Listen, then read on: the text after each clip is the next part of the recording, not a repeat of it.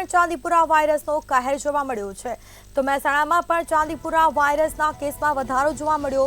વિસનગરમાં વધુ એક બાળકનું મોત થયું છે। 7 માસના બાળકનું શંકાસ્પદ રીતે મોત થયું।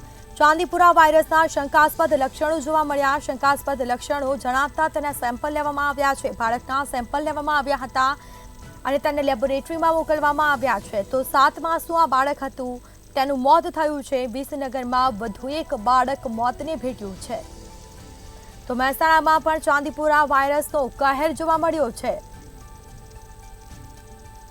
તો વિસનગરમાં વધુ એક બાળકનું મોત થયું। 7 માસના બાળકનું શંકાસ્પદ રીતે મોત નીપજ્યું છે, જેમાં ચાંદીપુરા વાયરસના શંકાસ્પદ લક્ષણો જણાતા તેના સેમ્પલ લેવામાં આવ્યા।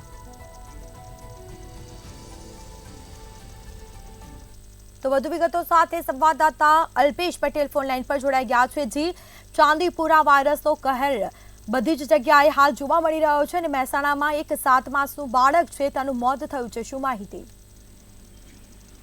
ચોક્કસ જણાવી દઉં કે ચાંદીપુરા વાયરસનો ભય દેખવા મળ્યો છે અને વિસનગરના એક બાળકનું મોત થયું છે અને 7 માસના બાળકનું શંકાસ્પદ મોત થયું છે અને બાળકને ચાંદીપુરા વાયરસના શંકાસ્પદ લક્ષણો દેખાતા હતા અને આ જિલ્લામાં જો વાત કરવામાં આવે તો બીજું મોત થયું છે અને ચાંદીપુરા વાયરસના શંકાસ્પદ લક્ષણો જણાતા સેમ્પલ પણ લેવાયું છે અને હાલ તેનું મોત થયું છે। જી બિલકુલથી તમામ જાણકારી આપવા બદલ આપનો આભાર।